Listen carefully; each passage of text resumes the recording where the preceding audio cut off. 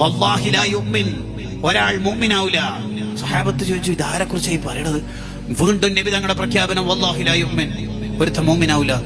ഖാലു, സഹാബത്തിന്റെ ചോദ്യം, തങ്ങൾ ആരെ കുറിച്ചാ പറയണത് നബിയെ? അയൽവാസിക്ക് ഒരാൾ വരുമ്പോ തന്നെ ഭയങ്കര പേടി, അയാൾ മുഅ്മിനാവില്ല. നമ്മൾ വരുന്ന സമയത്ത് നമ്മുടെ വണ്ടി കണ്ടപ്പോ അയൽവാസിക്ക് പേടി, അല്ലാഹ് എന്തെങ്കിലും ചെയ്യോ പറയോ, ആചാരെന്തെങ്കിലും ചെയ്തേക്കോ. നമ്മുടെ അയൽവാസിക്ക് പേടിയുണ്ടെങ്കിൽ നമ്മൾ മുഅ്മിനല്ല എന്ന് പ്രഖ്യാപിക്കുക ഹദീസ്. എങ്ങനെ?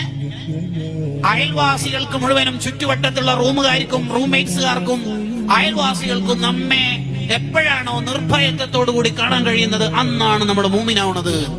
ഈ ഹദീസിന്റെ വ്യാഖ്യാനത്തിൽ കാണാം, അയൽവാസിക്ക് നമ്മളെ പേടിയില്ലാതിരിക്കണം, അപ്പോഴാണ് മുഅ്മിനാവുക.